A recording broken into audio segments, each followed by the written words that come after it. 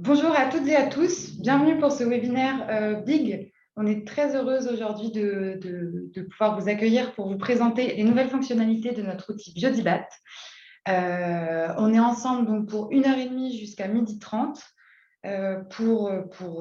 pour discuter de tout ça.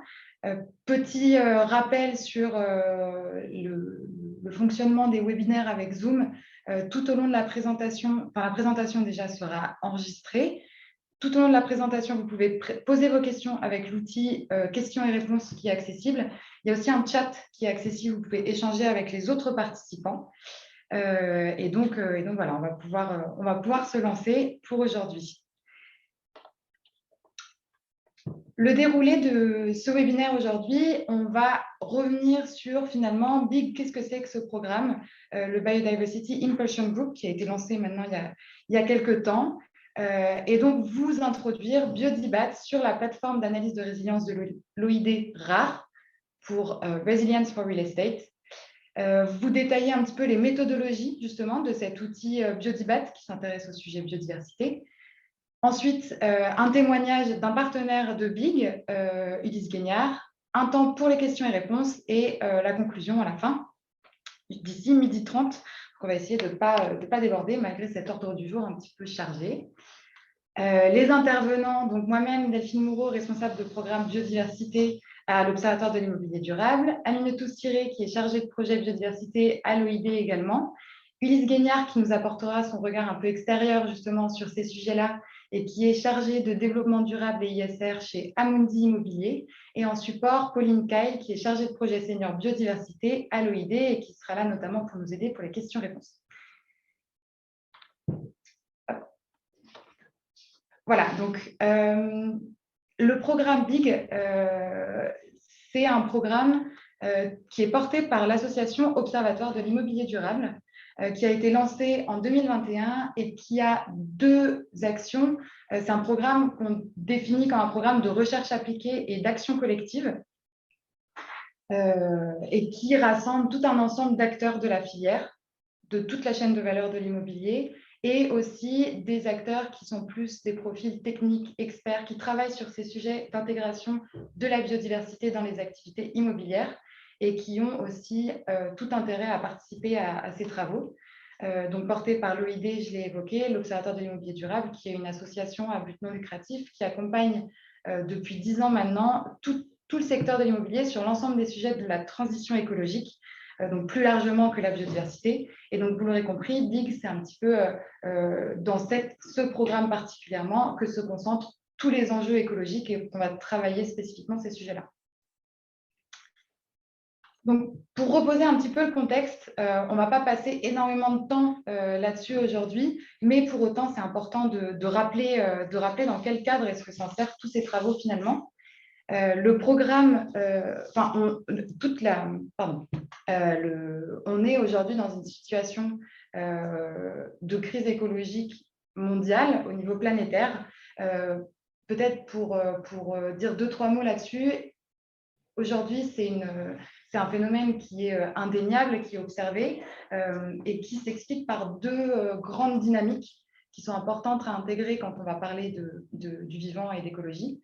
Le premier, c'est le phénomène d'extinction des espèces. On a de plus en plus d'espèces qui disparaissent de nos écosystèmes. Donc ça, c'est représenté ici par le graphique qui est à gauche sur cette slide.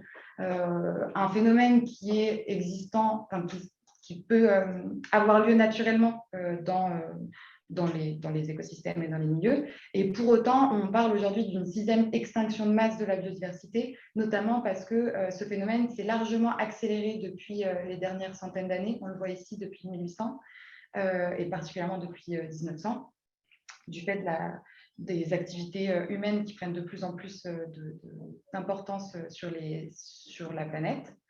Et puis le deuxième phénomène ici illustré par le graphique de droite, c'est la baisse d'abondance des individus, où en fait même des populations qui ne sont pas nécessairement menacées d'extinction vont voir le nombre d'individus au sein de leur population se réduire drastiquement. Donc là, c'est un chiffre qui est publié par WWF qui, tous les ans, qui montre, ça c'est ceux de 2022, que 69% des populations d'espèces de vertébrés sauvages ont disparu depuis 1970. Donc, c'est un phénomène qui est énorme aussi. Donc, quand on parle de biodiversité, il faut bien avoir en tête ces deux dynamiques. D'un côté, tout ce qui est espèces menacées, extinction d'espèces, etc. Donc, ça, c'est tout ce qui est les listes rouges de l'UICN, par exemple, etc. Et puis, de l'autre, ces problématiques de, tout simplement, baisse du nombre d'individus, d'espèces qui peuvent être plus communes. On parle ici de biodiversité ordinaire pour toutes les espèces qu'on voit autour de nous dans nos milieux. Ça se passe aussi chez nous, en ville, dans nos campagnes en France. Donc, le problème avec ça, finalement, une fois qu'on a dit ça, c'est que ça pourrait nous poser uniquement un problème un petit peu éthique qui serait, bon, bah, très bien, on va préserver le vivant dans une démarche un peu altruiste, presque philanthropique de protéger ces espèces. Pour autant, en fait, l'espèce humaine et toutes nos activités sont complètement imbriquées dans ces milieux, puisque l'humain fait partie de cette biodiversité, et que ces modifications majeures vont avoir des répercussions énormes sur l'ensemble de nos activités et de nos modèles de société.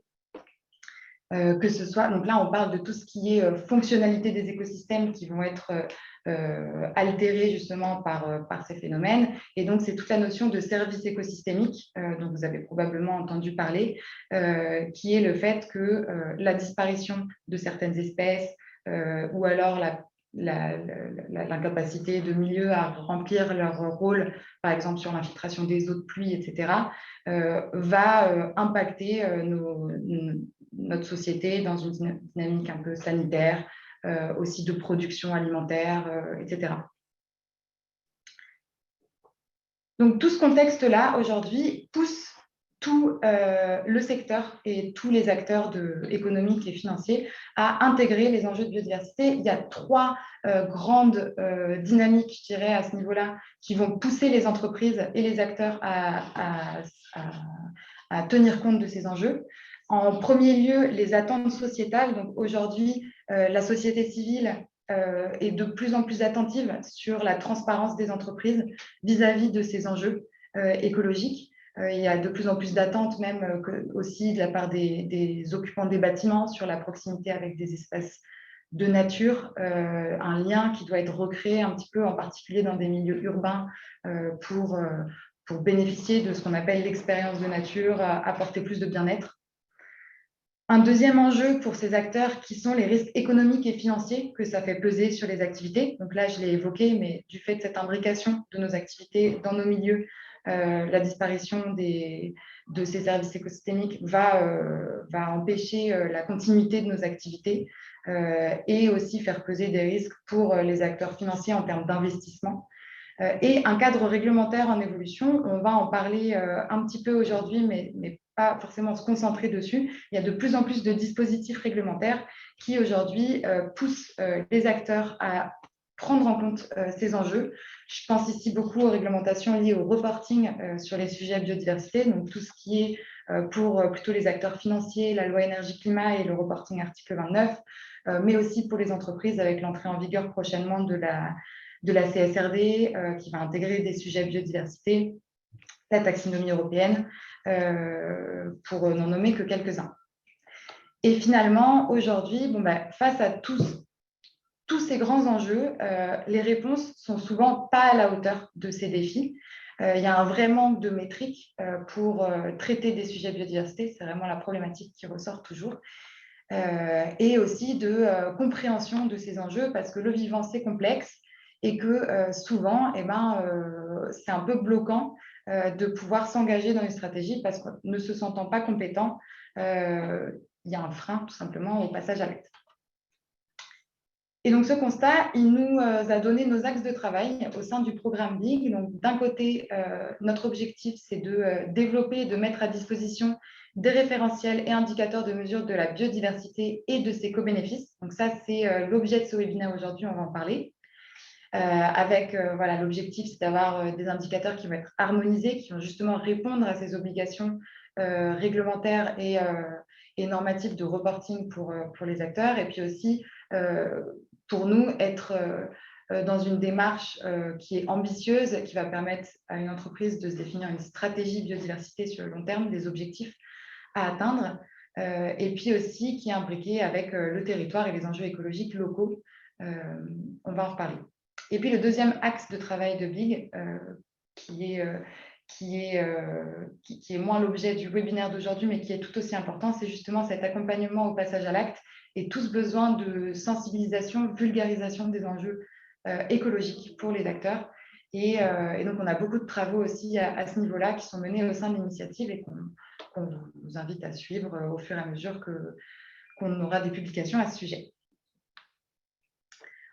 Pour remplir tous ces objectifs, on travaille avec beaucoup d'acteurs de la filière. Donc déjà, il y a 20 entreprises qui sont partenaires de ce programme et qui travaillent vraiment activement avec nous au quotidien pour produire des livrables en fonction des deux axes que j'ai présentés avant et qui sont vraiment en coproduction et en coproduction avec nous.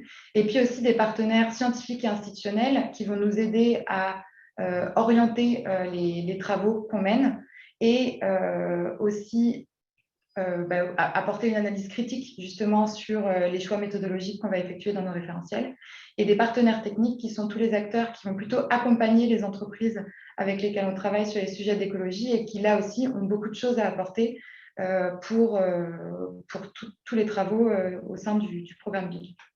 Donc un grand merci à l'implication de tous ces partenaires, et le webinaire d'aujourd'hui vient aussi un peu récompenser ce travail de co-construction qu'on mène. Donc on est très heureux. Voilà, donc maintenant, on va pouvoir vous présenter un petit peu cet outil Biodibat sur la plateforme Resilience for Real Estate. Avant de rentrer dans le détail de nos méthodologies, l'outil RAR, c'est un outil d'analyse de résilience qui s'intéresse à l'échelle du bâtiment. En fait, c'est un outil qui a été lancé en juin 2022, qui reprend qui fait suite à un outil qui était déjà préexistant et développé par l'OID, qui s'appelle BATADAPT, qui était déjà disponible, qui est un outil d'analyse de risque climatique qui permet en fait de confronter un bâtiment par rapport aux risques climatiques sur son territoire et aussi conduire une analyse de vulnérabilité au regard des caractéristiques intrinsèques de ce bâtiment. Donc, c'est un outil qui est déjà largement utilisé, avec lequel on a eu beaucoup de retours d'expérience et qui est toujours en amélioration permanente, mais qui nous a vraiment inspiré pour donc ce deuxième outil qui est Biodibat, qui est donc l'outil qui intègre justement tous ces référentiels qui sont développés au sein de BIG et qui les rend accessibles sur la plateforme Resilience for Real Estate.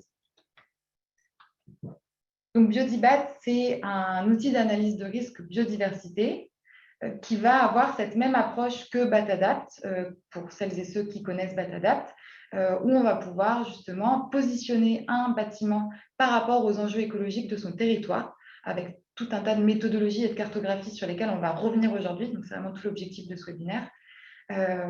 Et aussi d'analyser les caractéristiques du bâtiment pour évaluer son potentiel d'accueil de biodiversité. Donc, pareil, on va y revenir aujourd'hui. Et parmi les fonctionnalités de l'outil, ce qui est intéressant, c'est que c'est aussi un outil qui va permettre de conduire ces analyses de manière agrégée à l'échelle d'un parc ou d'un patrimoine immobilier ou d'un ensemble de bâtiments. Voilà. Au niveau avant de rentrer dans le vif des présentations de nos méthodologies, on suit plusieurs grands principes pour travailler à ces référentiels. On s'inscrit vraiment dans un développement de co-construction avec beaucoup d'intelligence collective, avec des experts de l'immobilier, aussi des experts en écologie, je le disais, des scientifiques, des acteurs, des bureaux d'études, etc., qui s'intègrent complètement dans nos travaux. Donc là, vous avez des images en dessous. Par exemple, on a organisé plusieurs ateliers depuis le lancement du programme justement pour confronter les premières approches qu'on avait des indicateurs à ces expertises. Un autre grand principe, c'est vraiment d'assurer une robustesse scientifique de nos méthodes, où on essaie aussi d'être transparent, ça rejoint le troisième point, et donc d'être ouvert à la critique, qu'elle soit scientifique ou non, sur les méthodes. Et on pourrait rajouter aussi parmi les grands principes une démarche d'amélioration continue qui est ici illustrée par le graphique de droite, où en fait on a un vrai processus qu'on suit avec une première étape dans le développement des référentiels qui est développer un premier état de l'art, enfin, réaliser un premier état de l'art scientifique et opérationnel pour aborder une problématique, donc un indicateur. On mène des ateliers, on développe ensuite un référentiel sur toute cette base de connaissances qu'on a rassemblées.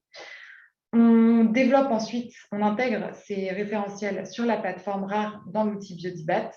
Des tests de terrain et de vérification sont conduits qui mènent à des retours utilisateurs et donc on continue ensuite pour, sur la base de ces retours, revalider scientifiquement et intégrer dans nos référentiels ces retours dans une dynamique d'amélioration continue.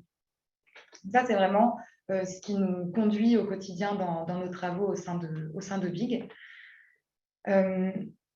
Au niveau de l'ensemble de nos travaux sur Biodibat, vous avez ici l'architecture totale de la plateforme Biodibat, qui est en fait structurée autour de plusieurs données d'entrée. Donc là, il y a des données cartographiques qui alimentent l'interface. Donc ça, c'est vraiment toute la base de l'outil RAR qui est basé sur ces indicateurs cartographiques. Vous avez ici dans les différents ronds les différents indicateurs sur lesquels on travaille. Et puis les autres données d'entrée, c'est plus les données qui sont liées à l'activité à l'échelle, qui sont liées à l'échelle du bâtiment en tant que tel, avec des questionnaires. Du coup, on va pouvoir collecter des informations sur des bâtiments existants ou des projets immobiliers.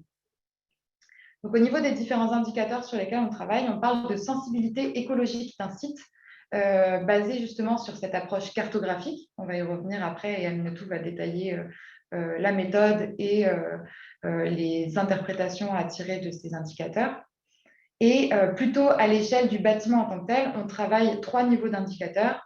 Le potentiel d'accueil de biodiversité d'un bâtiment existant, tout ce qui va être lié à la phase projet d'un bâtiment, donc tout ce qui est conception et les impacts d'un projet immobilier, et tout ce qui est co-bénéfice aussi, parce qu'on s'est bien rendu compte que c'était indispensable pour convaincre les acteurs de passer à l'action, de aussi mesurer ces aspects-là pour donner d'autres raisons d'agir que uniquement le vivant, mais aussi tout ce qui est l'éco-bénéfice, donc sur la gestion de l'eau, la santé, le bien-être, etc.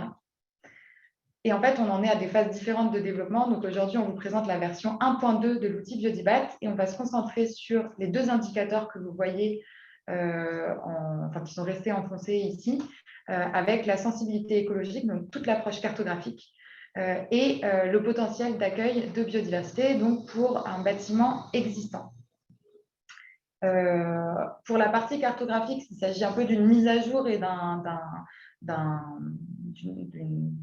enrichissement de cette approche, puisque en fait, Biodibat avait déjà été lancé dans une première version en novembre 2022 pour les 1 an du programme BIG avec certains indicateurs cartographiques.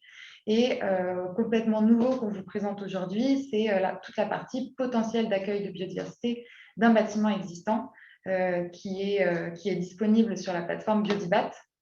Et je précise aussi ici qu'on est dans cette version 1.2 et que l'intégration de ces différents indicateurs est en cours. Donc, il y a des choses qui sont accessibles dès aujourd'hui sur la plateforme que vous pouvez aller tester. On vous mettra le lien dans le chat. Et c'est en cours d'intégration, donc il y a potentiellement des petites fonctionnalités qui peuvent être en train d'être mises à jour. Voilà, donc ça devrait être complètement intégré sur la plateforme d'ici dans les prochains jours, prochaines semaines. Et avant de passer à la suite, donc au niveau de l'avancement des indicateurs, vous le voyez, ça rejoint ce que vous voyez sur la slide précédente, mais si on repositionne un petit peu nos différents indicateurs sur ce cycle de production des référentiels, on a ici toute la partie sensibilité écologique et potentiel d'accueil qui sont plus avancés et qui sont déjà accessibles sur la plateforme, et puis tout ce qui est indicateur de co-bénéfice est lié à la phase projet d'un bâtiment qui sont encore en cours d'élaboration, en cours de discussion avec les partenaires. On a aussi développé en priorité ces 2 indicateurs parce que c'est vraiment le pendant de BATADAPT pour la biodiversité et donc une intégration qui était plus facile dans un premier temps, mais pour autant, on avance aussi progressivement sur toutes les autres fonctionnalités.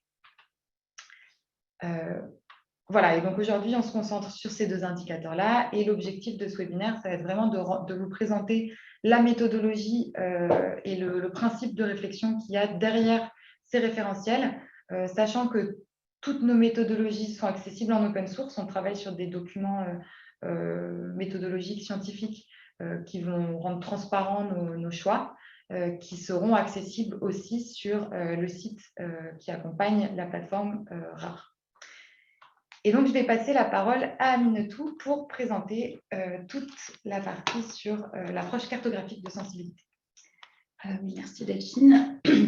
Donc, l'objectif de Biodibat, vous l'aurez compris, en fait, il est de fournir des outils qui vous permettent de prendre en compte la biodiversité dans le secteur de l'immobilier. Et Biodibat est construit comme un circuit, parce que cette analyse de sensibilité dont parlait Delphine, elle est une première étape. Donc, c'est ce que je vais développer par la suite. Pour comprendre, en gros, l'interaction entre les bâtiments et la nature qui les entoure, il faut pouvoir caractériser en fait l'environnement autour de vos bâtiments, autour de votre parc immobilier. C'est le principe de l'analyse de sensibilité qui fournit des sets d'indicateurs pour cartographier les caractéristiques écologiques du paysage. Là, il s'agit en fait d'un travail qui fait appel à une méthodologie scientifique, et donc on s'est reposé sur les travaux en écologie scientifique qui documentent la nécessité de prendre en compte à la fois l'état de la biodiversité et puis les pressions sur cette même biodiversité. Donc, qui vont donc faire l'objet de nos différents indicateurs. Alors, pourquoi et à quelle fin nous faisons cela? Ici, il s'agit d'identifier les enjeux écologiques de votre territoire, où sont implantés les bâtiments, pour déterminer des défis écologiques, mais aussi formuler des recommandations qui vont vous permettre de mettre en place des changements de pratiques. Le comment, c'est, je vais l'expliciter par la suite. En gros, Delphine l'a évoqué déjà un peu, utiliser des données qui sont disponibles en open source, des données publiques sur les espèces et sur les habitats écologiques. Et les résultats qu'on va vous fournir sur Biodibat, ça va être des indicateurs qui sont compris entre 0 et 1, et donc des chiffres de 0,3, 0,67 par exemple, etc., qui vont faire l'objet d'une interprétation.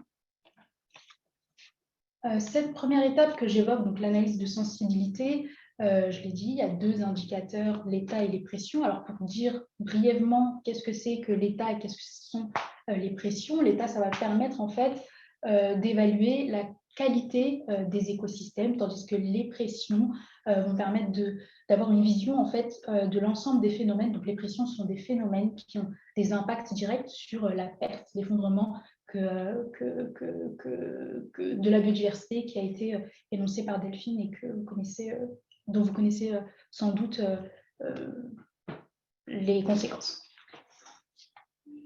Je vais commencer par vous présenter les deux indicateurs, enfin l'indicateur d'état et puis les différents indicateurs de pression.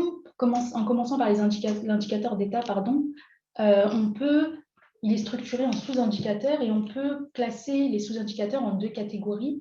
La première, c'est une volonté de notre part de rendre compte des enjeux de conservation sur le territoire national. Donc, on va s'intéresser aux espaces protégés et réglementés, on va s'intéresser aux espèces dites à enjeu de conservation. Je vais pouvoir détailler un peu ce que c'est par la suite. Et puis aussi, on a apporté un focus en fait sur les habitats écologiques. Et donc, on va s'intéresser au fait que les habitats soient favorables ou non, donc la favorabilité des milieux, et puis également leur connectivité. Ce sont aussi des termes que je vais préciser par la suite. Donc, j'évoquerai les pressions dans un second temps.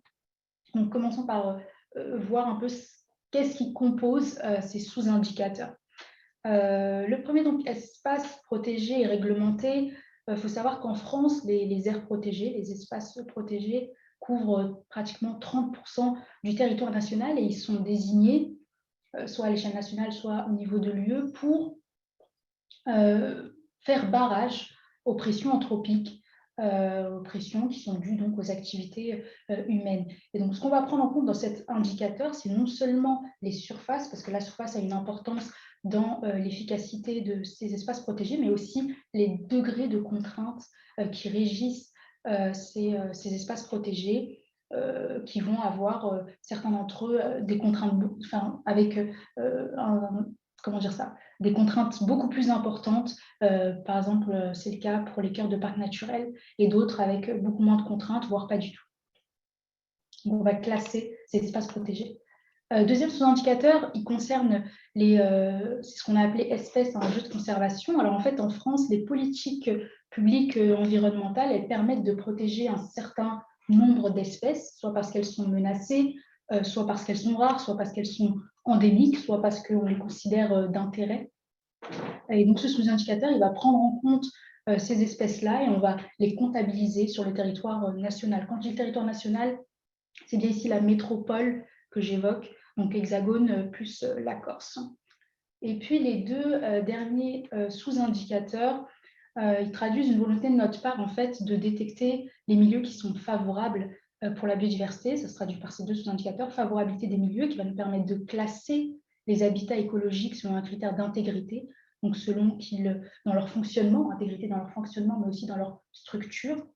Et puis on a une autre métrique, j'utilise le mot métrique pour parler aussi de sous-indicateurs, une métrique donc de connectivité écologique, qui va évaluer la perméabilité des milieux. Alors la perméabilité, c'est sans doute un terme que vous avez entendu lorsqu'on parle du cycle de l'eau, mais on peut aussi parler de perméabilité écologique pour évoquer la capacité d'un milieu, d'un habitat, à permettre le déplacement, permettre aux espèces de se déplacer, de se mouvoir en son sein.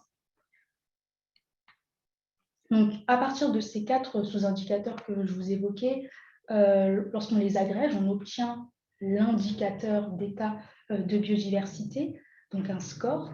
Ici, ce qui est représenté, c'est la carte nationale d'état de la biodiversité. Avec les couleurs rouges, on va avoir un score qui va être très faible.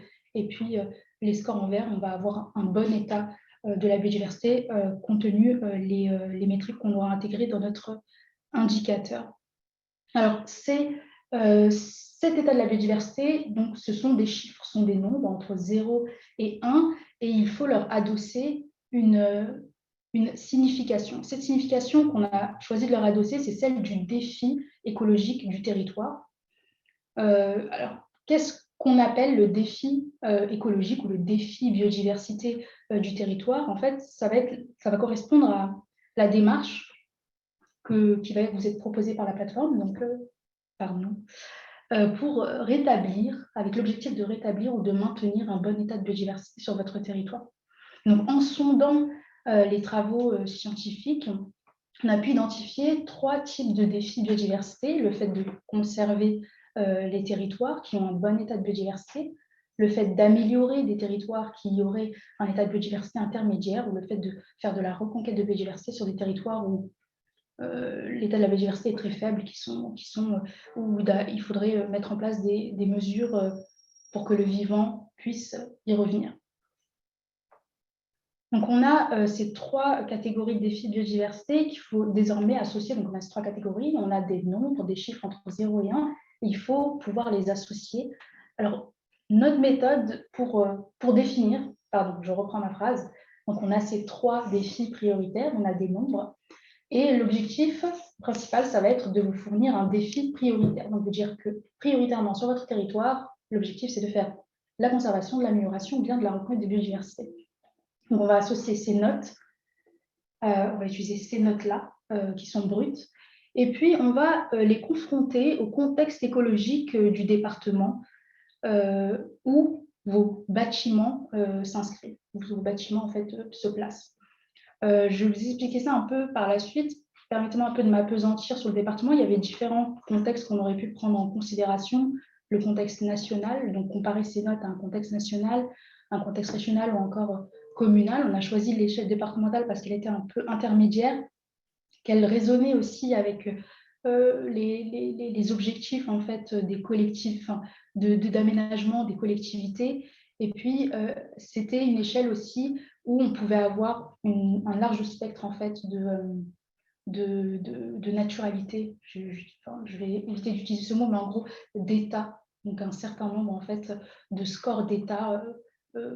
Voilà. Alors, je vais vous donner un petit exemple, du coup, on va présenter un petit exemple en prenant deux départements, le département de Paris et puis le département de la Nièvre. Ici, vous avez les cartes zoomées, du coup, sur ces deux départements. Donc, on reprend l'échelle, état défavorable plutôt rouge, état favorable en vert, et puis les ciels intermédiaires en jaune orangé. Alors, pour Paris, ce qu'on voit, c'est qu'on a des teintes qui sont très rouges, un peu d'orangé, surtout autour de la première, enfin, à l'interface avec la première couronne de Paris. Ça, c'est quelque chose qui semble assez anodin, puisque Paris est très urbanisé, à part des petits points où on va avoir justement des jardins, des espaces urbains verts. Et pour la Nièvre, département de la Nièvre qui se situe en Bourgogne, on va avoir là du jaune, on va avoir du vert sur cette carte. Alors la Nièvre, c'est un département où on va avoir une ville moyenne telle que Nevers, on va avoir des domaines agricoles, on va avoir des forêts, puis notamment le parc naturel régional du Morvan. Donc c'est ce qui va expliquer que les couleurs, les colorations, les scores d'état de la biodiversité soient beaucoup plus dispersés et plus élevés avec les teintes vertes. Donc avec les valeurs, c'est plus clair. On a sur Paris des notes entre 0,13 et 0,13 et 0,53. Dans la Nièvre, des notes entre 0,28 et 0,81. Donc, ce sont les minimums et les maximums de chacune des villes. On a aussi ces seuils 30% et 70% sur lesquels je passais très rapidement tout à l'heure. Ces seuils 30% vont nous permettre de délimiter en fait où se situe le défi prioritaire. Seuil 30%, si je prends l'exemple de Paris, il va être à 0,2. Je ne sais pas si on voit mon curseur. Il va être à 0,2, ce qui va signifier qu'en fait, 30% du territoire de l'agglomération du département de Paris va être inférieur ou égal à 0,2 dans son score d'état. Et puis le seuil 70%, il est à 0,3, ce qui va signifier que 70% du territoire a une note inférieure ou égale à ce chiffre-là. Idem donc pour la Nièvre. Donc, pour chacun des intervalles qu'il y a ici, vous allez pouvoir avoir un défi prioritaire. Donc, pour les scores les plus bas, le défi prioritaire, c'est de reconquérir de la biodiversité. Les scores les plus hauts, ça va être de faire les moyens, de faire de l'amélioration. Puis les scores les plus élevés, de plutôt conserver ce qui est présent sur le territoire. En tout cas, pas tout ce qui est présent, mais les aspects verts du territoire, si je peux m'exprimer ainsi. Ce qui paraissait aussi intéressant, c'est suite à des discussions, parce que le programme BIG est aussi organisé en pôle, donc on travaille pour produire ces indicateurs en collaboration avec nos partenaires, et on a des discussions avec eux qui sont très bénéfiques, et leurs retours en fait nous ont permis, notamment sur ce point-là, d'ajouter en fait d'autres indications, donc d'ajouter une indication pour chacun des types de défis. Donc, de pouvoir donner le défi prioritaire qui va être fort, mais aussi de donner une indication moyen et faible pour les autres défis. Donc, si je prends la première colonne, on va avoir le défi reconquête qui est très fort et le défi amélioration et conservation qui vont être, entre guillemets, secondaires. Alors, si je prends un exemple ici d'un chiffre qui serait 0,35, à Paris, je me situerais ici entre 0,3 et 0,40. Ce qui signifierait qu'à Paris, avec un score d'état de la biodiversité à 0,35, j'aurais un défi prioritaire de conservation des espaces verts urbains qui sont sur le département. Alors que 0,35 dans la Nièvre, eh bien, ça se situe plutôt au tout début, et donc le défi prioritaire, ce serait plutôt la reconquête. C'est ici l'occasion en fait, de vous montrer que notre objectif, c'était de prendre en considération le contexte local pour ne pas avoir des choses pas prescrire des recommandations qui seraient infaisables en fait sur le territoire parce qu'elles ne prendraient pas en compte ces réalités-là écologiques. On pourra avoir l'occasion d'en discuter aussi si vous le souhaitez par la suite. Donc, je vais après revenir sur comment ça se déroule lorsque vous êtes sur Biogibat sur le site internet, mais en gros, ce qui va vous être affiché, c'est cela, le défi prioritaire en fort et puis les deux autres, moyen, faible, faible, faible, etc. Passons maintenant donc aux pressions sur la biodiversité. On a identifié 4 types de pressions. On ne les sort pas de notre chapeau, ce sont des pressions qui ont été renseignées, documentées par l'IPBES, qui est le GIEC du climat, le GIEC de la biodiversité, pardon. Et donc, ça nous a permis d'en venir à 4 types de pressions qu'on va développer, qu'on a déjà développées pour la plupart d'entre elles. La pression d'urbanisation, la pression de dérèglement climatique, la pression liée aux espèces exotiques envahissantes et puis la pression de pollution. Pour les 3 premières, Delphine le disait, elles seront disponibles dans les prochains jours sur la plateforme. Et pour pollution, elles le sont, très bien. Et puis, pour pollution, on est en train de développer cet indicateur. Donc, je précise ici que, parce qu'on les a mis sur le même pied d'égalité, mais l'état, donc c'est un seul indicateur final. Alors, pour les pressions, ça ne correspond pas vraiment à des sous-indicateurs, mais on a plus 4 indicateurs qui sont indépendants pour l'instant, en tout cas les uns des autres. On n'a pas un indicateur de pression unique. Donc, je vais donc évoquer brièvement les 3 indicateurs de pression qui sont sur la plateforme. Donc, la première, c'est la pression d'urbanisation qui engendre de la perte, de la destruction d'habitats écologiques et le morcellement des écosystèmes. Et donc, ce sont ces 2 aspects qui vont être retrouvés dans l'indicateur.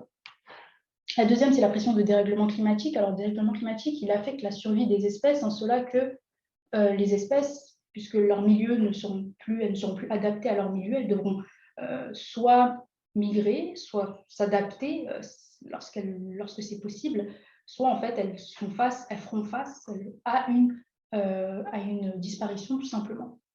Donc les données critiques pour la biodiversité lorsqu'on parle de climat, ce sont celles de l'évolution de la température, mais également des événements thermiques extrêmes qui créent un choc en fait pour les écosystèmes. Pour ce qui est des espèces exotiques envahissantes, alors leur présence, elles ne sont pas une menace, elles ne sont pas la menace la plus urgente, immédiate sur le territoire métropolitain, mais on a choisi quand même de les prendre en compte parce que leur présence, elle perturbe les équilibres fragiles des écosystèmes et certains articles scientifiques montrent que couplées à d'autres facteurs, notamment le dérèglement climatique, en fait, elles peuvent avoir un effet, si je peux m'exprimer comme ça, un effet cocktail en fait, qui menacera encore plus les écosystèmes. Donc, on va les prendre en compte en recensant le nombre d'espèces exotiques envahissantes. Alors, chaque indicateur de pression, là encore, vous allez obtenir une note entre 0 et 1 qu'on va confronter à des seuils nationaux en fonction de la répartition en fait, de ces indicateurs. Je voudrais dire quand même ici que la méthodologie sur l'indicateur de pression, elle est assez nouvelle, on l'a développée assez récemment. Et l'interprétation en fait, des pressions sur la biodiversité, c'est quelque chose qui est toujours difficile, notamment lorsqu'il s'agit d'indicateurs en fait, qui sont nationaux. On n'a pas fait de diagnostic local. Donc, on a décidé de raisonner d'un point de vue très mathématique avec 3 niveaux de pression, faible, moyen, fort. Donc des seuils différents selon le type des pressions, parce qu'en fait, pour chaque pression, on va utiliser la distribution statistique des valeurs. Voilà. On fait un petit tour du coup sur Biogibat. On ne peut pas aller sur le site, c'est un peu dommage, mais on fait quelques captures d'écran ici qui vous permettent de voir un peu comment se présente la plateforme, donc de manière un peu plus pratique.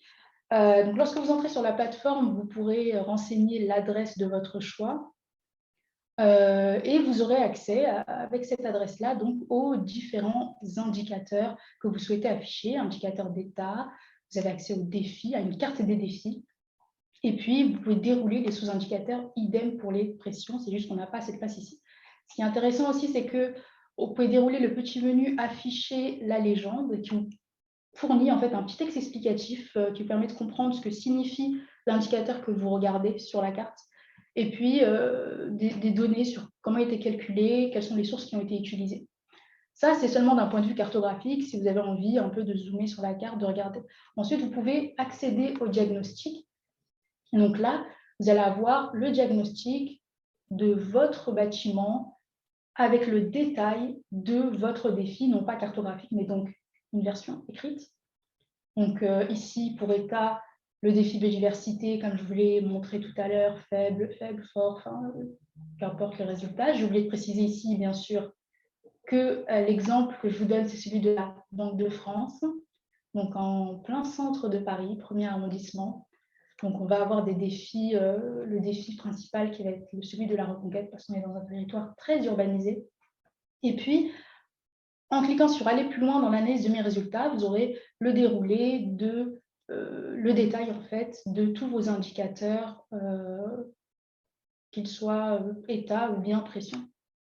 Si je prends deuxième exemple, le château de Chenonceau, donc là on est déjà dans un endroit un peu plus vert. Le défi, ça va être un défi de conservation, défi prioritaire, et ça sera la même chose. Vous pourrez approfondir vos résultats en regardant là où ça se situe. Et puis, vous aurez aussi une petite fenêtre pour y cliquer sur comment interpréter mon résultat. Vous aurez des fiches d'interprétation auxquelles vous aurez accès et qui vous expliqueront là aussi comment interpréter les résultats que vous obtiendrez sur la plateforme. Pour les pressions, c'est pareil. Du coup, j'ai pratiquement tout dit. Donc, je vais passer. Donc, j'arrive au bout de cette première partie. Donc, peut-être, par souci d'honnêteté, vous dire quand même les limites du travail de ces indicateurs-là, qui sont parfois inhérents à tous les indicateurs, quels qu'ils soient. Et donc, les indicateurs de biodiversité, en fait, ils constituent une photographie, un instant T de la biodiversité. Du coup, ici, en l'occurrence, il faut savoir que la biodiversité, elle est complexe à décrire, elle est difficilement mesurable. Elle est complexe parce qu'on peut identifier plusieurs dimensions à cette biodiversité. On peut étudier les écosystèmes, les espèces, ou encore la génétique, ce qui est très, très peu fait. Et puis, au sein des écosystèmes, on identifie des dynamiques et puis aussi des processus qui sont difficilement descriptibles dans des indicateurs. En fait, ces indicateurs de détail et de pression, ils ont été construits en fait. Ils ont été construits pour que vous les utilisiez avant d'entamer notamment des diagnostics locaux qui vont être beaucoup plus détaillés, comme une sorte en fait de bande-annonce qui va vous permettre de prioriser votre action et puis de ménager vos efforts en quelque sorte. Pour ces indicateurs, on a fait des choix méthodologiques qui sont notamment orientés par les données qui sont disponibles. Ça va être des données, on a utilisé des données qui sont publiques auxquelles vous pouvez avoir accès facilement en open data, des données sur les espèces, comme par exemple celle de l'INPN, l'Inventaire national du patrimoine naturel, des données sur les habitats, le Core Land Cover, et nous sommes tributaires de ces données qui parfois ne sont pas mises à jour, qui ont un délai de mise à jour en fait, qui peut être plus ou moins long. Et donc, c'est quelque chose qui peut se ressentir dans les indicateurs. Ceci étant dit, ça donne une première information très importante sur votre contexte écologique, avec un état de la biodiversité, vous l'avez vu, avec des recommandations qui sont formulées, une interprétation et puis des guides qui vous permettent de comprendre ce qui se passe sur votre territoire. Et bien sûr, Delphine l'évoquait, je le reprécise, nos méthodologies, elles sont accessibles, elles sont dans des documents qu'on appelle les référentiels, sont transparentes, elles sont détaillées, et nous, on est disponible bien sûr pour répondre à vos questions. Et puis, je passe la main aussi parce que les indicateurs, comme je disais, ils étaient construits en circuit, donc ils sont complémentaires les uns avec les autres. Donc, voilà.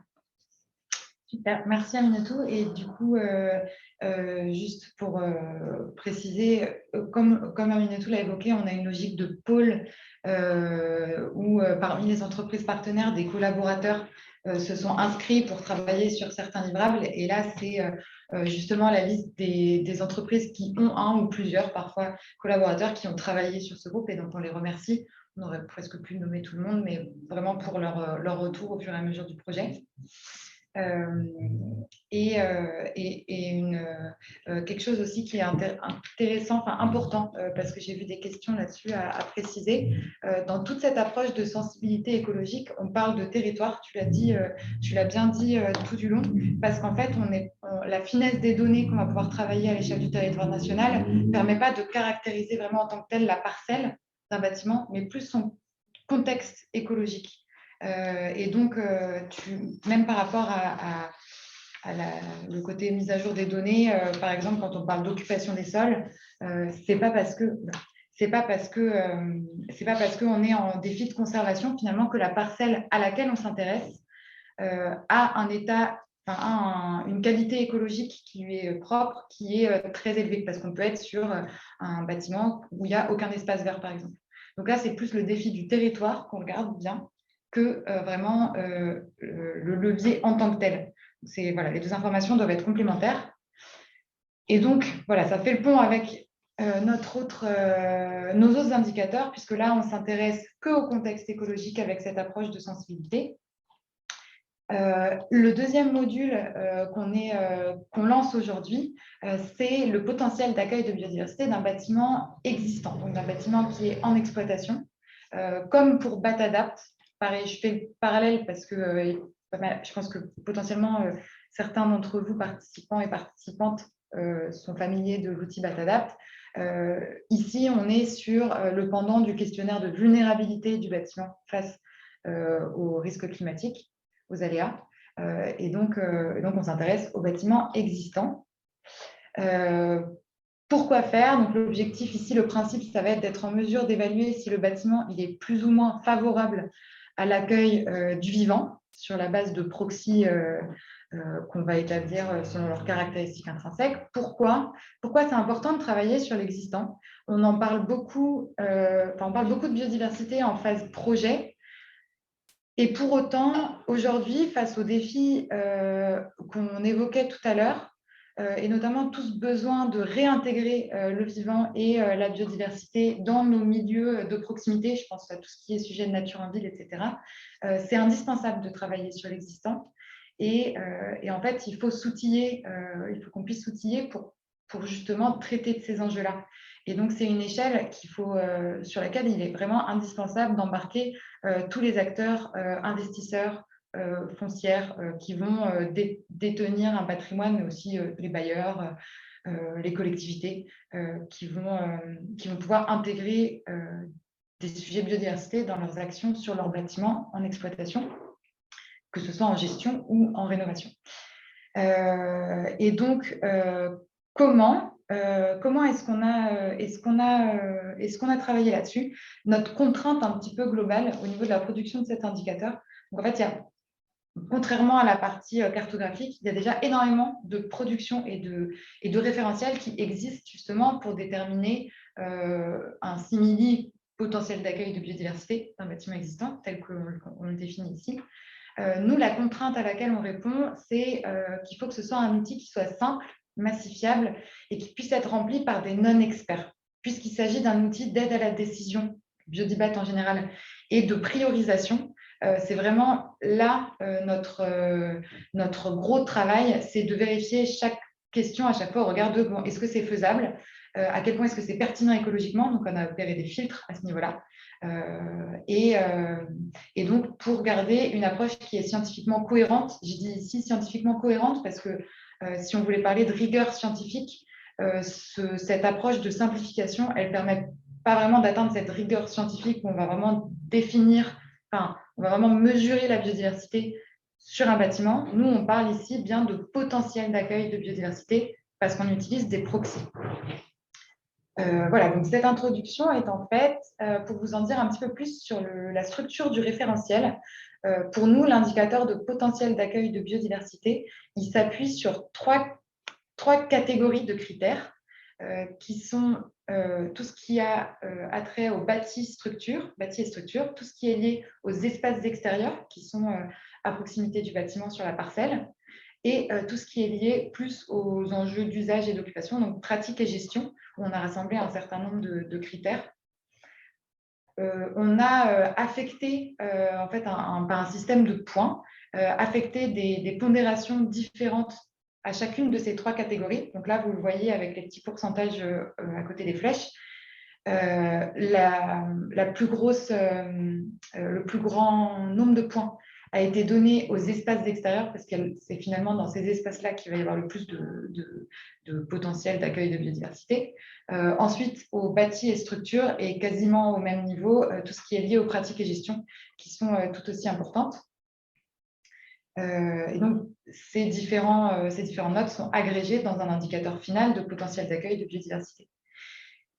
Et au sein de chacune de ces catégories, finalement, donc si on les prend les unes après les autres, pardon, je vais commencer par bâti et structure, on a différents critères avec, pour tout ce qui est lié à bâti et structure, on va regarder les toitures, les façades et aussi intégrer les surfaces vitrées qui peuvent représenter des risques pour la biodiversité, que ce soit pour les oiseaux ou les insectes et même d'autres groupes d'espèces.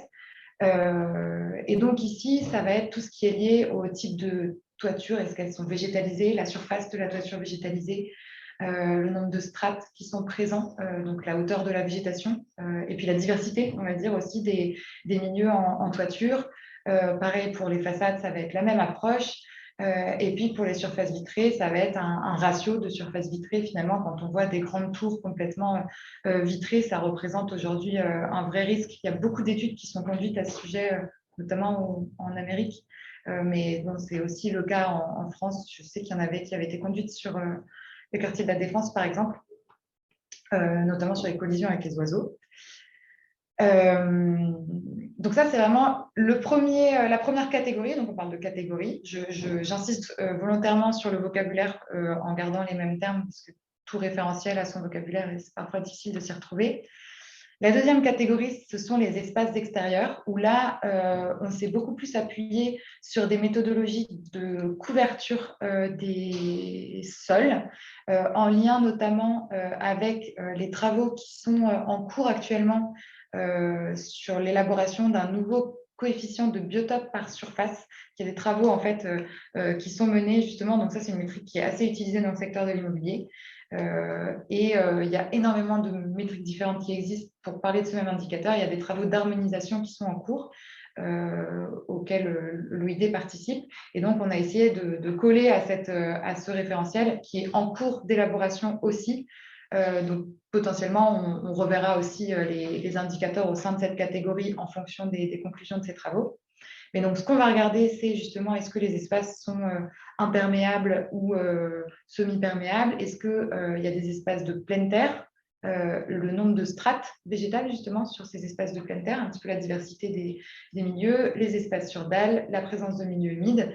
Et après, le critère 2.5 que vous voyez ici, c'est la connexion écologique au sein de la parcelle et entre la parcelle et son environnement juste autour. Donc, au sein de la parcelle, c'est est-ce que les espaces sont reliés entre eux? Est-ce que c'est possible pour des espèces de se déplacer? Et encore des espèces, ça peut poser question. Et autour de la parcelle, donc est-ce que c'est complètement clôturé ou au contraire, est-ce qu'il y a certaines espèces qui vont pouvoir se déplacer en fonction des espaces à proximité? Et enfin, la troisième catégorie, c'est tout ce qui est lié aux pratiques et gestion, où on a classé ici les points dans 5 critères. Tout ce qui est lié à la flore, la faune, les déchets, éclairage et eau. Donc là, ça va être des questions sur justement la mise en place de pratiques de gestion écologique. Est-ce qu'il y a du paillage des sols, donc le fait de recouvrir les sols de paille, par exemple, ou de détritus de bois pour éviter l'évaporation de l'eau. Est-ce qu'il y a des espaces en libre évolution où on ne va pas du tout intervenir, justement, qui vont permettre complètement à la flore de s'épanouir et donc à accueillir davantage de faune? Est-ce qu'il y a des abris faunes qui sont présents pour le critère faune? Les déchets, ce sont les déchets verts, ici dont il est question. Donc, est-ce qu'ils sont conservés sur site ou exportés? L'éclairage et la gestion de l'eau. Voilà, donc ça, c'est un aperçu global du référentiel. Je ne rentre pas dans les détails, mais bien sûr, toutes les méthodologies seront accessibles. Pour ce qui est maintenant, on va reprendre un petit peu la plateforme RAR. Aminetou s'est concentré sur la partie. Est-ce que voilà, si on voit mon curseur. sur la partie plutôt sensibilité et cartographie. Maintenant, si on regarde plus en particulier la partie bâtiment, donc vous pouvez en plus de l'adresse renseigner davantage d'informations. Donc si vous cliquez sur étape du cycle de vie du projet, justement vous allez pouvoir renseigner s'il s'agit d'un bâtiment en exploitation ou d'une nouvelle construction. Donc ici on est sur le potentiel d'accueil, donc il s'agit des bâtiments en exploitation, et accéder à un questionnaire. Ici, donc le questionnaire Biodibat, qui est accessible maintenant sur RAR, où on va retrouver une quarantaine de questions, je ne l'ai pas dit, au total une quarantaine de questions justement sur tout ce que je viens de présenter dans le référentiel. Vous pouvez enregistrer les informations. J'ai perdu ma souris, voilà. Donc ici, j'ai fait comme si j'avais rempli le questionnaire. On a un pourcentage de complétion qui apparaît ici. Et ensuite, lancer l'analyse. On retrouve cette même fenêtre, mais ici avec des informations renseignées. Donc, à chaque fois, vous voyez, on a Patadapt qui est un peu partout, même au niveau des cartographies, etc. Ici, il y a un questionnaire pareil pour la partie analyse de risque climatique. Et accéder donc à un diagnostic. Ici, c'est la fenêtre diagnostic. Donc, vous pouvez naviguer entre les différents indicateurs, état, pression et potentiel d'accueil. Une note du potentiel d'accueil qui a été ramenée à 100.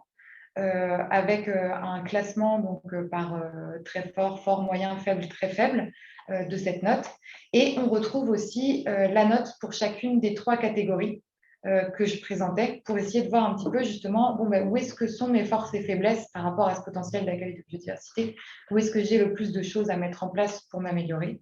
À préciser que toutes les notes sont rapportées sur 100, mais que, comme je l'ai dit, on a des pondérations qui sont différenciées. Donc, si vous faites la somme de vos 3 notes par catégorie divisée par 3, ça ne vous fera pas 60 sur 100, mais ça s'explique justement parce que les espaces extérieurs ont un poids qui est plus important que bâti et structure et pratique et gestion.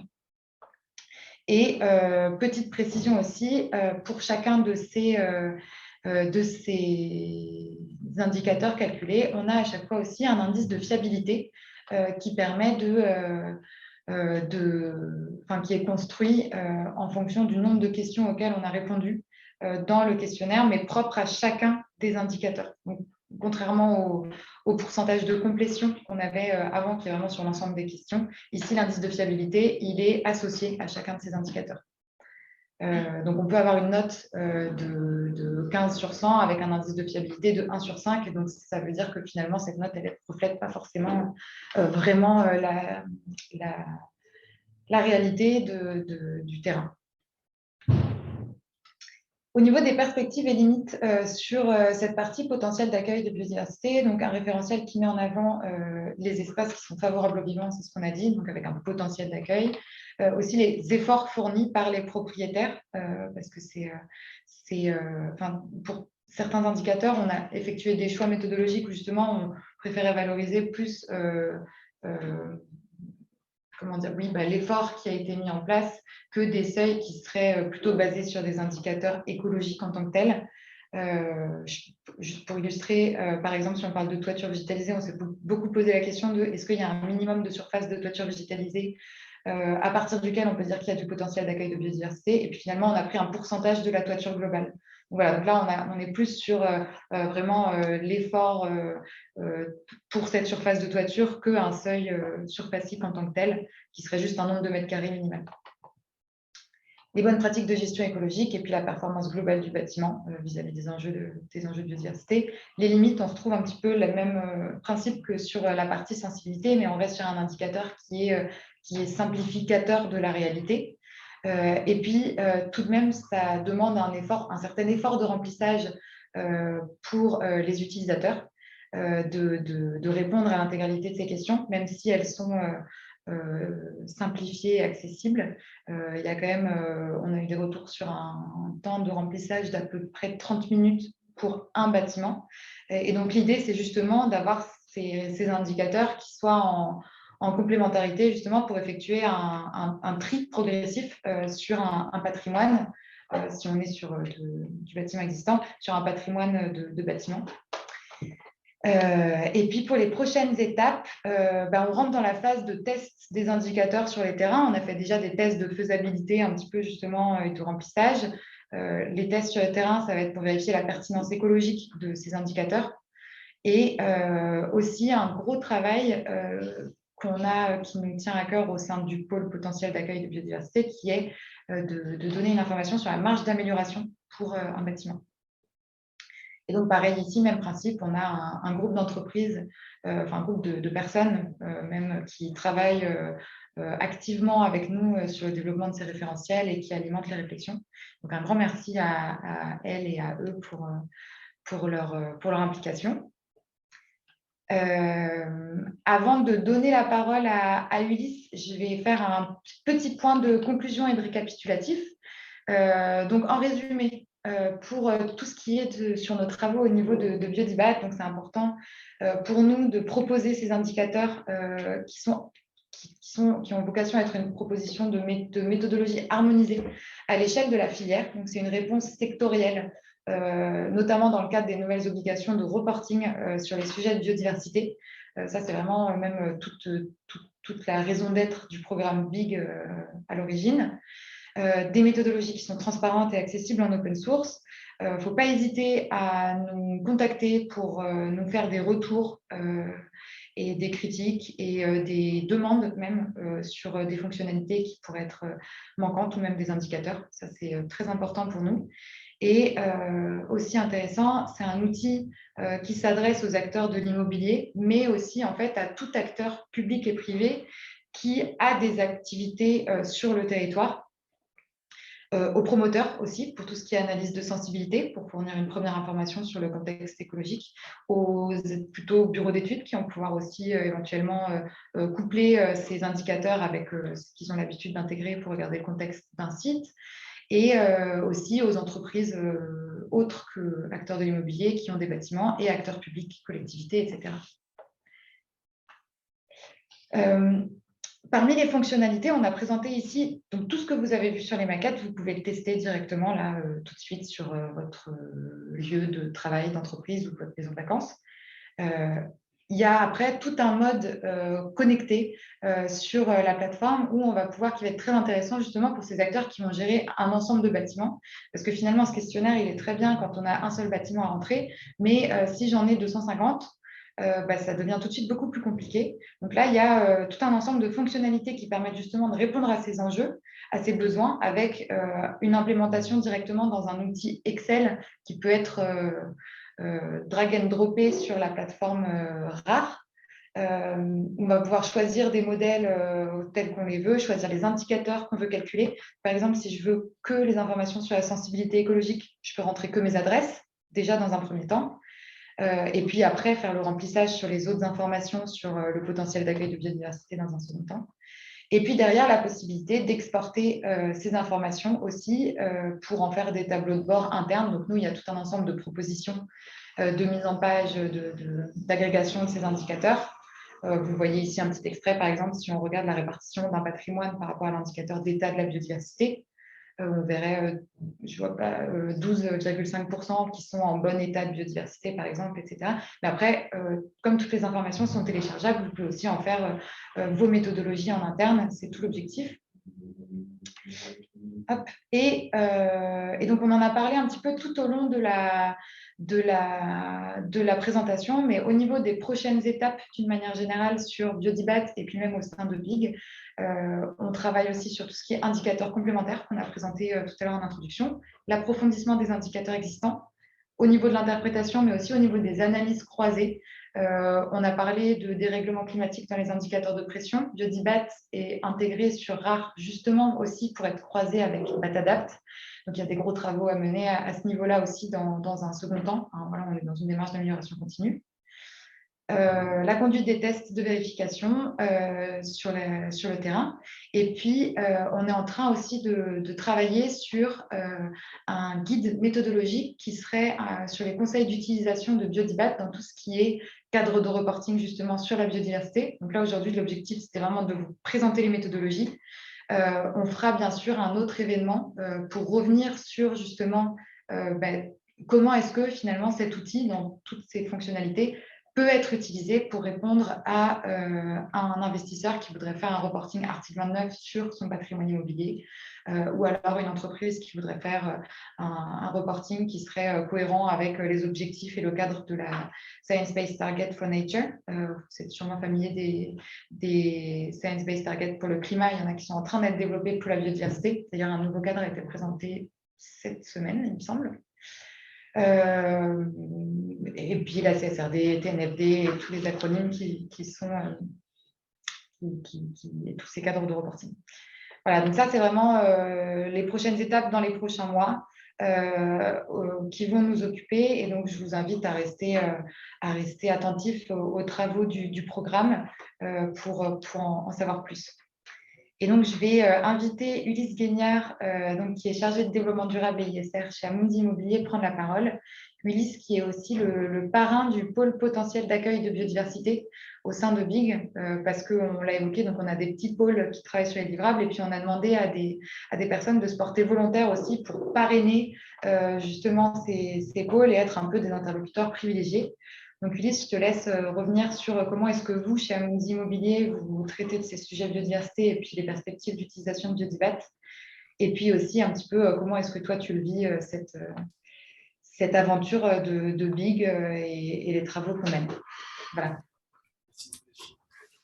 Bonjour à tous, donc effectivement pour la petite présentation rapide, Ulysse Guignard, je fais partie de la société du coup Amundi Immobilier qui est mécène et partenaire du programme BIG, donc en charge de tous les sujets ESG, et j'ai la chance de représenter justement Amundi sur le programme BIG. Donc comme l'a dit Delphine, j'ai la chance d'être le parrain du pôle potentiel d'accueil, et je m'inscris également dans différents pôles, donc ceux qu'on a pu citer aujourd'hui, mais d'autres aussi qu'on n'a pas forcément pu évoquer. Peut-être pour commencer, effectivement, revenir sur comment fonctionne un pôle, ça me paraît important, pour justement pouvoir témoigner un peu de comment on le vit au quotidien. Donc un pôle, c'est différentes réunions qui se passent sur le sujet de l'indicateur que l'on suit, donc en l'occurrence potentiel d'accueil pour celui-ci, et où avec une pluralité d'acteurs, donc généralement il y a une douzaine de personnes autour de la table, qui sont amenés en fait à réfléchir autour des problématiques qui peuvent se poser dans la construction de l'indicateur. Donc le fait d'avoir une pluralité d'acteurs qui viennent de différentes sociétés ou de différents types de métiers, ça conduit généralement en tout cas à avoir des discussions assez riches et à pouvoir traiter différents enjeux qui, si on était tous des mêmes milieux, seraient assez similaires, et aussi pouvoir porter différentes visions sur ce que devrait être l'indicateur. Donc voilà, c'est à mon sens une vraie richesse de pouvoir interagir justement sur tout le travail que produit l'OID en amont, parce qu'on est quand même très guidé par le travail incroyable que font les équipes de l'OID en amont des réunions de pôle. Et donc l'idée, c'est pendant ces réunions, de traiter les problématiques qui se posent et définir les orientations futures. La richesse aussi d'avoir des pôles est assez fournie en termes d'intervenants et de différentes sociétés également, c'est d'avoir un parc sur lequel on peut potentiellement tester et solliciter différents acteurs pour justement challenger un petit peu les indicateurs sur le réel, on va dire. Donc ça, c'est quelque chose qui a été très intéressant, je trouve, pour le potentiel d'accueil. On a pu réaliser différents tests, on a pu solliciter les prestataires de certaines sociétés pour avoir des retours sur justement la qualité des critères qu'on avait prédéfinis. Donc c'est à mon sens la richesse aussi d'avoir autant de sociétés qui participent. Et donc, comment je le vis personnellement, plutôt très bien, sinon je n'en ferai plus partie. Mais voilà, comme je vous l'ai dit, ça donne lieu à des discussions très, très enrichissantes et très intéressantes.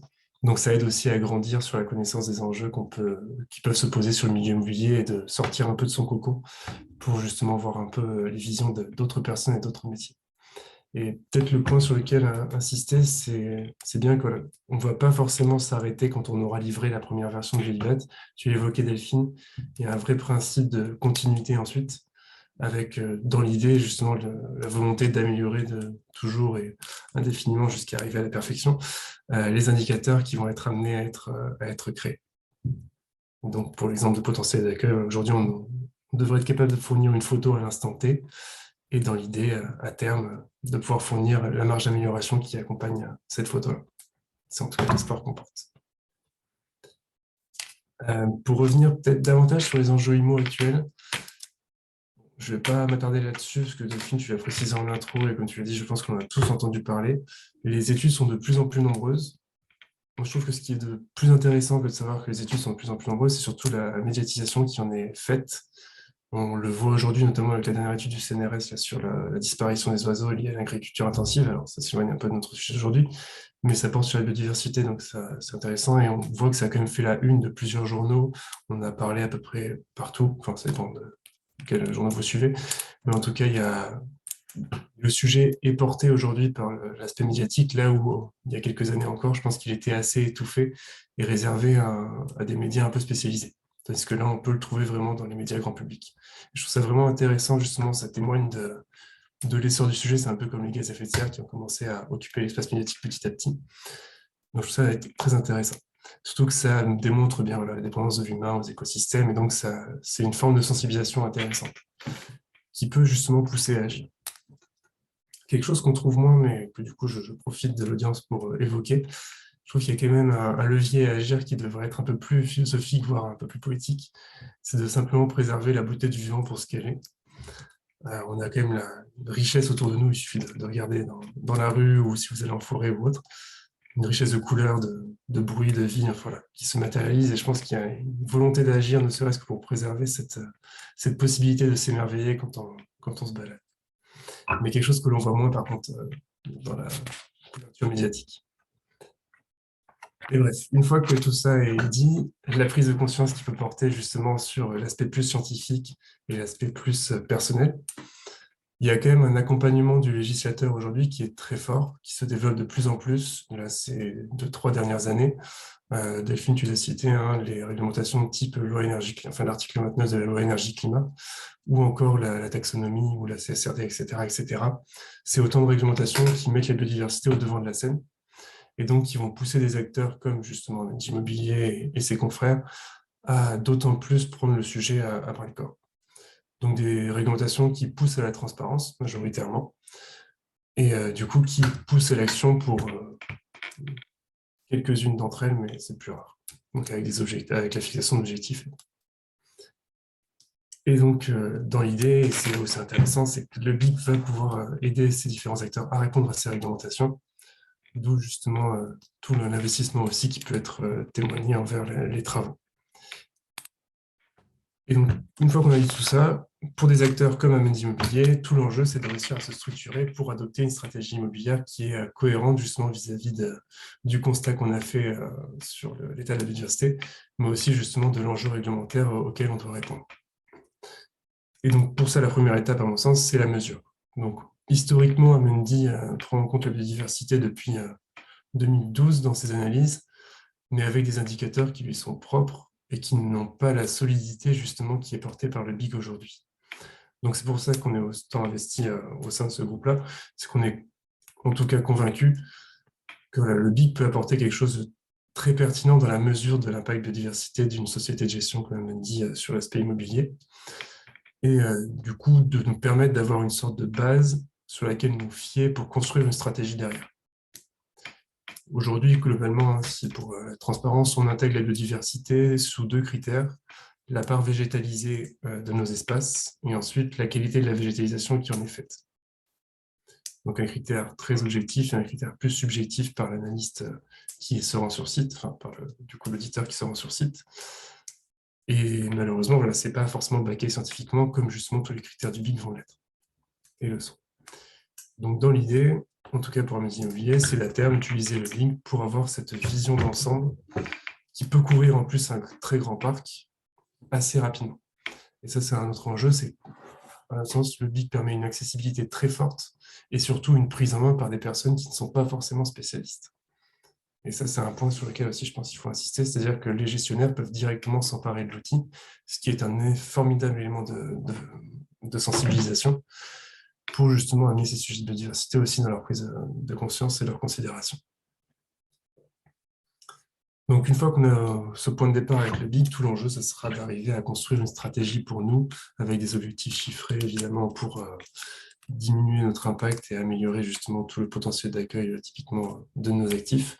Mais pour ça, encore une fois, voilà, il nous faut une mesure et aujourd'hui, on pense sincèrement que le BIC peut l'apporter à terme avec l'émergence des indicateurs qui seront travaillés aujourd'hui. Côté témoignage, c'était à peu près tout. Je vais ça rapide. On peut évoquer des questions si vous en avez. Merci beaucoup, Ulysse. On va pouvoir passer effectivement à la phase de questions, mais peut-être juste avant, effectivement, c'est pour nous tout l'intérêt en fait derrière ces travaux-là, je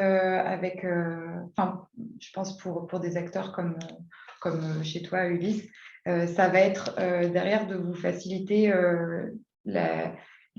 le fléchage, on va dire, des lignes de budget que vous allez associer à la biodiversité directement vers les actions opérationnelles à mettre en place sur le terrain plutôt que de faire cette analyse. Donc, faciliter l'analyse globale pour plutôt investir sur le fait d'aller solliciter des experts sur un petit groupe de bâtiments et de pouvoir mettre plus de budget justement sur les actions qui vont pouvoir être mises en place que sur vraiment la construction de la stratégie en amont, etc. Et du coup, Oui, c'est là-dessus, effectivement, Delphine, je n'aurais peut-être pas insisté, mais le fait d'avoir cette massification possible et du coup une analyse similaire sur tous les actifs doit nous permettre effectivement d'identifier les actifs à travailler en priorité. Et ça, c'est extrêmement important parce qu'effectivement, le budget n'est pas illimité, bien évidemment. L'argent est toujours le nerf de la guerre. Donc, autant travailler ceux qui auront le plus d'impact derrière sur le sujet qu'on veut traiter, aujourd'hui la biodiversité. Donc, effectivement, le fléchage est une notion très, très importante pour nous demain. Super. Alors, je vais inviter Pauline, du coup, à nous poser les questions qui ont pu être notées dans le chat. J'ai vu qu'il y en avait eu un petit peu tout au fil de la présentation. Il y en a peut-être auxquelles on a déjà répondu en présentant des choses, mais je te laisse. Oui, merci beaucoup pour vos interventions. Donc, effectivement, certaines de vos questions ont été déjà répondues lors de la présentation, mais je vais lire certaines questions qui...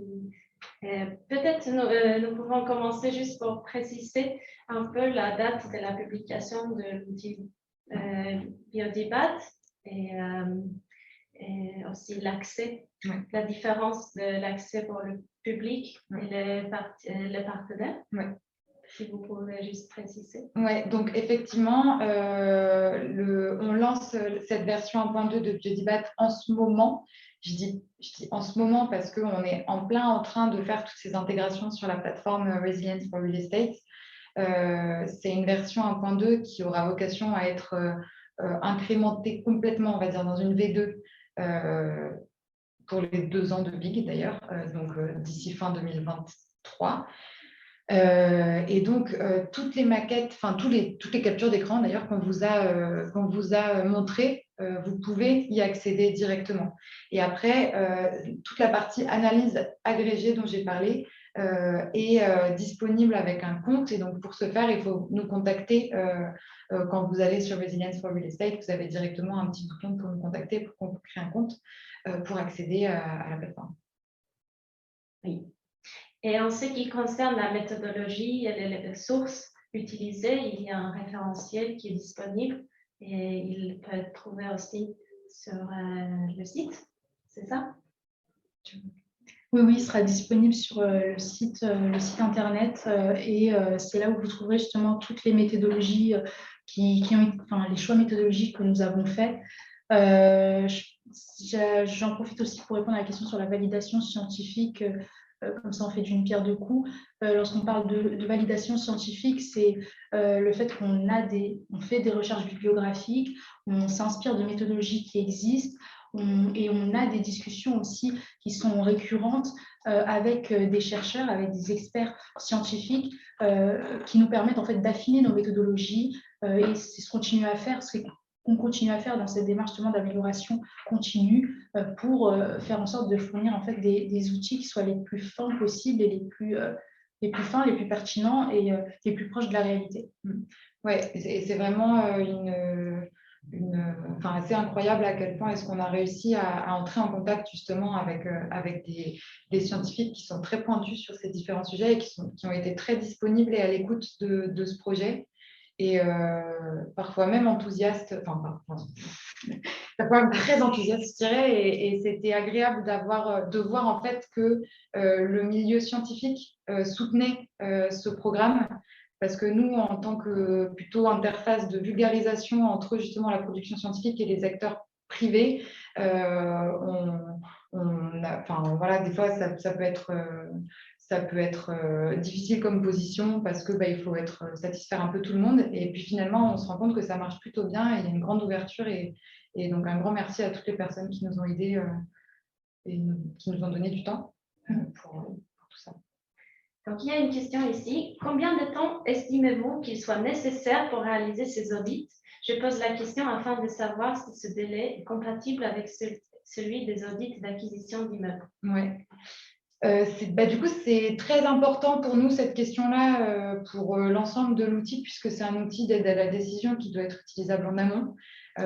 Pour ce qui est de tout ce qui est analyse du contexte écologique, on n'a besoin que d'une adresse pour avoir les premières informations. Pour tout ce qui est évaluation du potentiel d'accueil de biodiversité, je sais, Ulysse, toi, tu l'avais expérimenté. Est-ce que tu veux dire 2-3 mots là-dessus?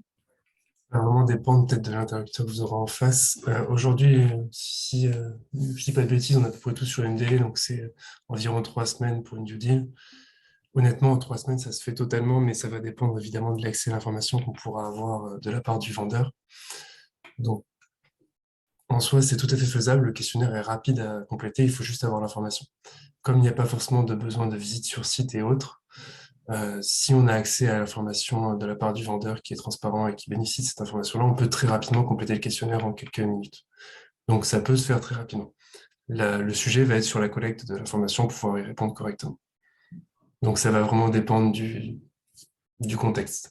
Mais en soi, voilà, et c'est ce qui est intéressant, c'est qu'une personne même non spécialisée peut faire compléter ce questionnaire-là. Ouais.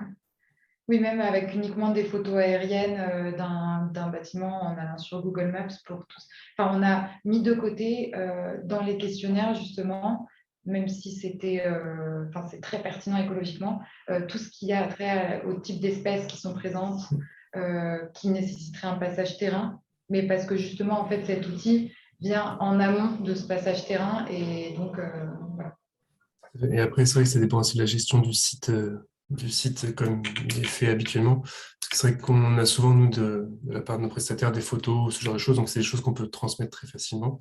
Si le vendeur est peut-être moins impliqué sur ces espaces verts, potentiellement, il aura moins d'informations et ce sera peut-être une visite. Mais comme il y a généralement des bureaux d'études qui passent, ça peut aussi faire l'objet d'une mission complémentaire de relever quelques points spécifiques liés au questionnaire Biodibat qui, du coup, est connu. Et comme ça, voilà, on a les informations qui pourraient être amenées avec nous. Et en toute transparence, c'est ce qu'on compte faire, nous, de notre côté. Sur les analyses ESG, on intègre vraiment le questionnaire Biodibat tel qu'il est conçu pour que justement toute l'information lors de la visite de nos prestats sur site et d'une acquisition soit directement collectée et qu'on puisse compléter le questionnaire très facilement derrière. Donc, à mon sens, oui, c'est totalement faisable, avec un petit peu d'organisation. Oui. Et nous avons aussi 2 questions par rapport à l'état initial. Donc, peut-on avec certitude faire un lien entre l'existence d'un espace protégé et l'état initial du site concerné? Quels sont les liens logiques qui permettent de faire le lien entre les sous-indicateurs et la réalité de l'état initial du terrain du site? N'est-il pas plus pertinent d'effectuer une étude écologique pour connaître l'état initial réel du site? Alors, je vais essayer de répondre avec le plus de clarté possible. Je vais essayer de répondre avec le plus de clarté possible à ces questions. Alors, en fait, nous, on part de constat, c'est-à-dire la construction de l'indicateur d'état ou d'état initial. Pour l'indicateur d'état dans la sensibilité, il n'y a pas de dynamique initiale, enfin avant-après. C'est un état, une photographie à un instant T avec les données qu'on a aujourd'hui. Donc, déjà, voilà, dire cela. Ensuite, nos recherches, en fait, la construction de nos indicateurs, elle dépend aussi des constats qui ont été faits par la science et qui ont été aussi documentés par les experts scientifiques qui sont sur le terrain. Si je prends l'exemple des espaces protégés, on a pris en compte différents espaces protégés et réglementés des parcs naturels, des cœurs de parcs naturels, où on va avoir des contraintes très très fortes pour protéger la reproduction des espèces, par exemple, éviter qu'on ait des constructions et donc de la destruction de milieux naturels. Et on va avoir des espaces où soit on n'a pas soit on n'a pas du tout en fait ces espaces protégés, donc 70% du territoire ne contient pas d'espaces protégés, soit en fait on va avoir tout simplement des espaces protégés avec une très faible contrainte réglementaire. Et les articles scientifiques prouvent que des espaces protégés comme les parcs naturels, par exemple, ont un effet sur l'abondance des espèces. Donc, le lien qui est fait, il va être notamment dans cette recherche bibliographique qui prend du temps, qui prend du temps parce qu'elle permet de baquer en fait nos indicateurs, d'une part. Et puis aussi, pour évoquer peut-être les autres sous-indicateurs, la connectivité écologique, tout simplement. C'est-à-dire que le lien qui est fait, c'est que l'un des impératifs pour que les écosystèmes en fait soient favorables à la biodiversité, c'est qu'ils soient connectés entre eux et qu'ils ne soient pas fragmentés. Donc le lien, vraiment, enfin, je le répète, il est dans cette première phase de recherche bibliographique et de baccage en fait par la science. Je ne sais pas si j'ai répondu à toutes les questions. Mais aussi par rapport à cette question de l'échelle du site, mais je pense que j'y avais répondu tout à l'heure aussi, c'est le côté, la finesse des données ne caractérise pas la parcelle, ça c'est sûr, c'est un point important à rappeler. Donc, ce n'est pas du tout un état initial de la parcelle, parce qu'on n'est pas à cette échelle-là. Et une étude écologique, bien sûr, c'est complémentaire en fait, c'est juste pas le même objectif. C'est vraiment la partie contexte contre la partie caractéristique de ce qu'on observe sur le terrain. Oui, et une question un peu similaire aussi, le calcul des espèces à enjeu de conservation intègre-t-il aussi la criticité de l'enjeu de conservation? Non, c'est pas quelque chose qu'on a fait. On a juste pris en compte pour l'instant, on prévoit d'améliorer un certain nombre de données, et donc peut-être, comme vous le dites justement, de prendre en compte ces aspects-là de criticité, mais pour l'instant, c'est juste le nombre d'espèces menacées, en fait, d'espèces à enjeu qui est pris en compte, juste leur nombre, leur abondance. Nous avons aussi deux questions par rapport au périmètre géographique. Est-ce que c'est prévu d'entendre le périmètre géographique à d'autres pays européens? Alors, c'est effectivement la démarche qu'on aimerait suivre. Aujourd'hui, Batadapt, dans sa première version, a été développée à l'échelle de la France métropolitaine et a été élargie à l'échelle européenne. Nous, de manière... on a priorisé sur le territoire national métropolitain parce que les données... parce que c'est tout simplement faisable plus rapidement parce qu'on a les interlocuteurs en face et les données, on les connaît, etc. En revanche, il y a énormément d'indicateurs qu'on a utilisés qui sont disponibles à l'échelle européenne. Donc ça, c'est une très bonne nouvelle. Je pense à pas mal de données sur l'état de la biodiversité entre les espèces, c'est des données européennes, la favorabilité des milieux aussi. Après, tout ce qui est espace protégé. Enfin bon, voilà, on se pose la question à chaque fois, on le note. Maintenant qu'on a pu intégrer beaucoup de choses sur cette échelle française, on va pouvoir commencer à se poser cette question de comment élargir à l'échelle du périmètre européen l'outil. Donc oui. Il y a aussi quelques questions concernant les espèces exotiques envahissantes. Notamment, pouvez-vous préciser comment vous obtenez l'indicateur de pression sur les espèces exotiques envahissantes? Les pressions sur les espèces exotiques envahissantes, ça va être la même chose que pour les espèces à enjeu de conservation. Là aussi, on prend en compte que le recensement des espèces.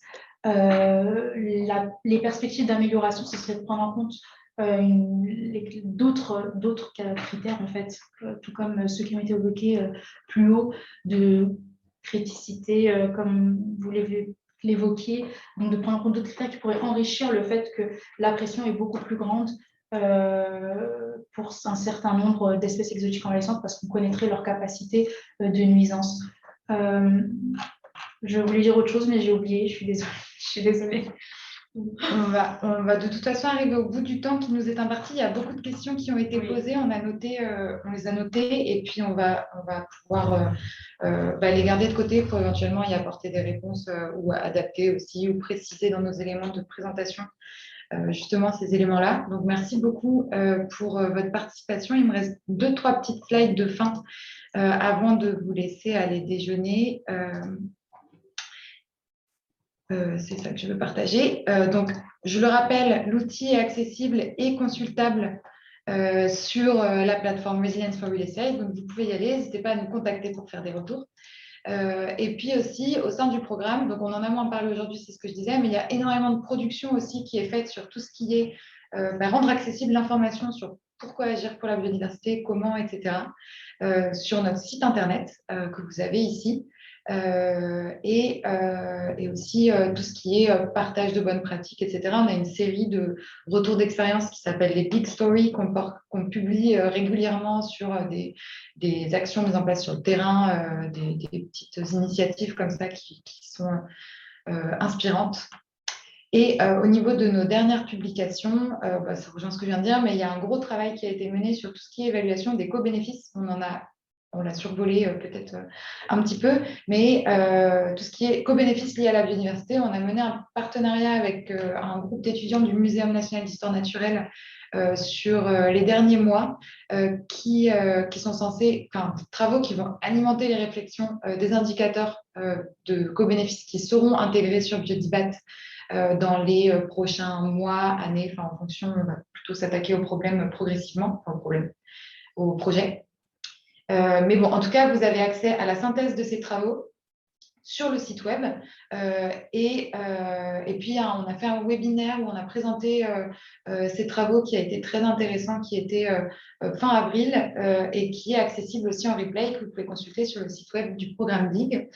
Et puis, une grande étude qu'on a publiée aussi sur le lien. C'était vraiment notre première étape du programme, c'était faire un état des lieux général sur les liens entre biodiversité, ville et immobilier, à la fois au niveau scientifique, réglementaire, et puis aussi au niveau des pratiques des acteurs en tant que tels, qui donnent énormément d'informations, de retours d'expérience, de récapitulatifs justement sur toutes les réglementations qui peuvent s'appliquer aux différentes échelles et que je vous invite à consulter. Et puis, la meilleure manière pour vous d'être tenu au courant, si vous voulez suivre un petit peu les actualités du programme, c'est surtout de nous suivre sur LinkedIn ou de suivre régulièrement le site web. Mais voilà, je vous invite à le faire si ce n'est pas déjà le cas. Et puis, un grand merci pour votre attention. Excellente fin de semaine. Au revoir. Merci.